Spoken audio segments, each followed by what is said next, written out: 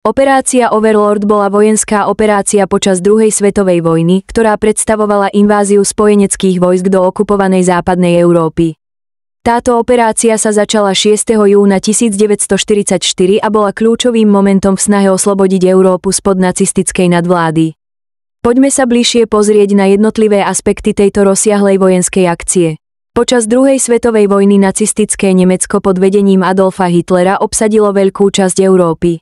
Spojenecké sily, vedené Spojenými štátmi, Veľkou Britániou a Sovietským zväzom, hľadali spôsob, ako prelomiť nemeckú obranu na západe. Po dôkladnom plánovaní bolo rozhodnuté, že hlavným cieľom bude Normandia vo Francúzsku. Operácia Overlord bola výsledkom viac ako 2 rokov príprav a koordinácie medzi spojeneckými národmi. Príprava na inváziu zahŕňala rozsiahle logistické a vojenské plánovanie. Vybudovanie spojeneckých síl. Do operácie bolo zapojených približne 156 000 vojakov z rôznych krajín, vrátane Spojených štátov, Veľkej Británie, Kanady, Francúzska a ďalších spojeneckých štátov.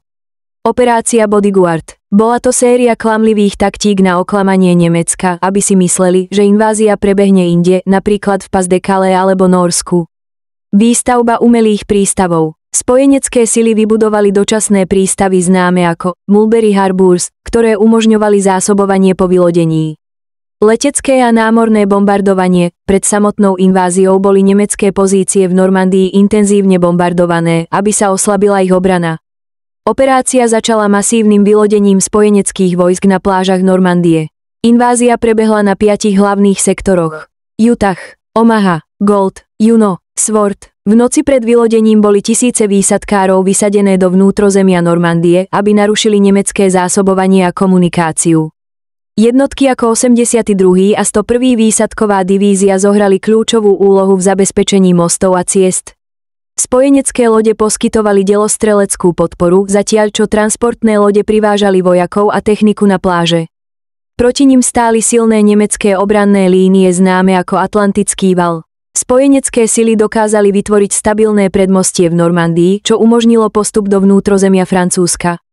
Operácia spôsobila značné straty na oboch stranách, spojenci stratili približne 10 000 vojakov, z toho 4414 mŕtvych, zatiaľ čo nemecké straty sa odhadujú na 4009 000. Vytvorením západného frontu bola oslabená nemecká schopnosť brániť sa na východe proti Sovietskému zväzu. Oslobodenie Paríža v auguste 1944 a postup spojeneckých vojsk smerom k Nemecku znamenali začiatok konca druhej svetovej vojny v Európe.